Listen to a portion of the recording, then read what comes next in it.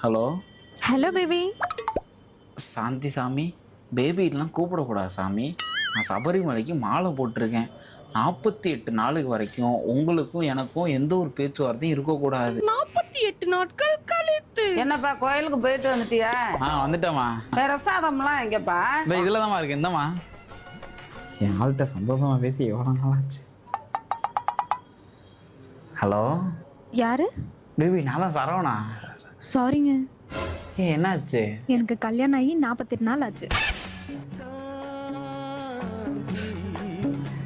சாந்தி, சாந்தியாவது பூந்தியாவது வைடா போன. அசையாத மரம் ஒன்று உயிர்ந்தது கீழே. எங்கப்பா வாழைக்காய் வச்சு பிச்சை காணா?